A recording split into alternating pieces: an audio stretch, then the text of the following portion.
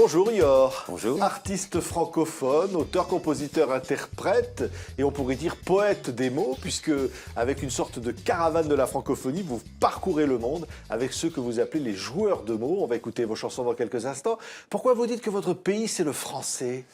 Oh, moi je suis un fou amoureux de la langue française. J'aime les mots, je joue avec les mots, j'aime mettre le maximum de sens à l'intérieur d'un mot, presque je m'endors dans un mot, je vis dans un mot, j'habite un mot, mon pays c'est ce mot est dans la langue française, mon pays c'est le français. Ouais, vous dites à un moment dans une chanson, fous-toi la paix, ça veut dire quoi ça? Oh, ça c'est une chanson que j'ai écrite pour un ami et qui a craqué complètement, une espèce de burn-out. Et donc, en parlant avec lui, je me suis rendu compte qu'au fait, il se martyrisait sans arrêt. Et je lui ai sorti ça, je lui ai dit, mais arrête, lâche prise, fous-toi la paix. Et je suis rentré chez moi et je lui ai écrit ce texte. Alors on l'écoute, c'est Yor. Pourquoi désires-tu plaire à tout le monde? Interroge-toi rien qu'une seconde pour tous. Tu veux être idéal et tu te lisses. Et tu te rends normal, tu te tords alors à tort. Dans tous les sens, parce que tu as peur à mort de ce que les gens pensent partout. Au travail, en famille, en amour, tu veux donner de toi une belle image, toujours. Fous-toi la paix. Fous-toi la paix. Fous-toi la paix. Fous-toi la paix. Fous-toi la paix. Hey, fous-toi la paix. Finalement, vous êtes un joueur, hein, quelque part, Yor. Oui. Oui, c'est vrai. D'ailleurs, tout a un peu commencé comme ça. Parce que moi, je suis un musicien qui a abandonné la musique au profit de l'enseignement, du français et de la philo. Et puis, j'ai fait beaucoup de théâtre avec mes élèves. Et à un moment donné, j'ai abandonné l'enseignement au profit du théâtre et fait beaucoup de théâtre. Mais vous disiez que j'étais un joueur, c'est vrai. À un moment donné, j'étais dans un casino en Espagne. J'ai gagné beaucoup d'argent au poker. Donc, je suis aussi un peu malgré... pardon, c'est pas bien, j'ai tous les vices, un joueur. Et puis, je me suis retrouvé à gagner beaucoup. Je suis sorti. Je pense que ça a été vu. Et j'ai quelqu'un 300 mètres après le casino qui m'a fait des signes. Je me suis arrêté parce que je suis d'un naturel pas très trouillard. Bien mal m'en a pris, ou bien m'en a pris, puisque deux autres personnes sont arrivées, m'ont tabassé. Je me suis retrouvé à l'hôpital pour m'entendre dire que je n'avais rien de cassé, mais que j'avais des traces bizarres dans le cerveau. Alors je vais tout de suite à la fin de l'histoire, je n'ai rien. Mais à ce moment-là, ils m'ont annoncé que j'avais des métastases dans le cerveau. Que vous alliez mourir, en gros. Absolument. On vous a annoncé ça comme ça. Voilà. Tout à fait. Oui. Et ça renvoie vers un certain essentiel. Et je me suis posé la question de ce que j'avais envie de faire pour les quelques semaines qui me restaient à vivre avant de mourir. Et je me suis dit, tiens, j'ai envie de faire un dernier concert et de remonter sur scène ce que je n'avais pas fait depuis des années pour de la musique. Voilà. Et puis, lorsque les médecins se sont rendus compte qu'ils s'étaient trompés, que les radios avaient été mal prises, je me suis dit, si en face de la mort, tu as eu envie de faire de la musique, alors en face de la vie, tiens parole. Et c'est ce que j'ai fait. Et merci dans tous les cas. Mon pays, c'est le français. Écoutez.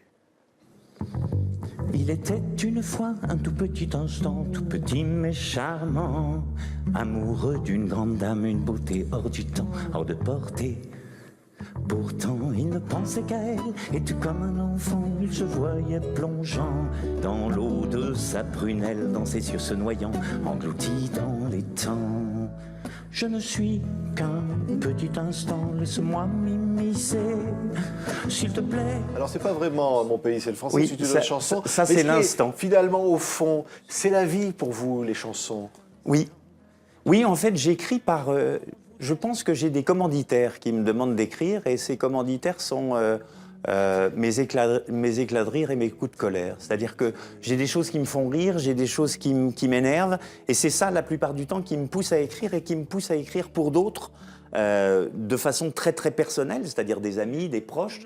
Et peut-être que le fait d'écrire de façon très très personnelle et d'aller vers le plus particulier, c'est peut-être aussi une possibilité de toucher au général. Quand vous partez dans cette balade de la francophonie, TV5 Monde évidemment vous soutient parce qu'on est la chaîne de la francophonie, et que vous avez vécu en Belgique, vous avez vécu en Tunisie, et puis finalement vous avez envie d'aller aux quatre coins du monde pour porter cette langue. Oui, c'est vrai, et pas tout seul d'ailleurs. Vous parliez de joueurs de mots, j'aime bien cette expression-là.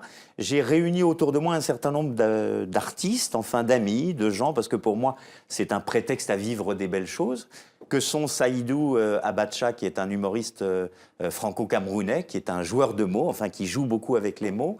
J'ai aussi Cisco, qui est un light painter, qui a créé un concept qui s'appelle « À la lueur d'un mot », où il vous photographie en dessinant avec de la lumière votre mot favori. Et donc vous êtes éclairé à la lueur d'un mot. Ah oui. Et donc ça, c'est un peu la base des joueurs de mots qui vont parcourir le monde. Et puis à chaque fois, j'incorporerai d'autres artistes. Et puis moi-même, je suis accompagné par une accordéoniste fabuleuse qui s'appelle Clarisse Catarino, par Martial Bord, qui est un... On va vous entendre d'ailleurs dans un hommage à Jacques Brel, je crois, de la prière, parce que sur scène, c'est là où finalement la magie opère, hein, Yor. Oui, oui. Moi, je suis un fou de scène et je suis un fou de Jacques Brel. C'est un peu mon Dieu. C'est pour ça que je lui ai fait une prière. Voilà Clarisse Catarino à l'accordéon. À Amsterdam, j'y mets toutes tes femmes, depuis la petite Rosa jusqu'à la belle blonde Frida. Je leur ai apporté des bonbons et elles m'ont toutes pris pour un con sans voix. J'ai hurlé ma mère. L'hommage à Jacques Brel, bien sûr, Yor. Et l'envie de voyager. Pourquoi finalement cette envie de porter les mots de la langue française ?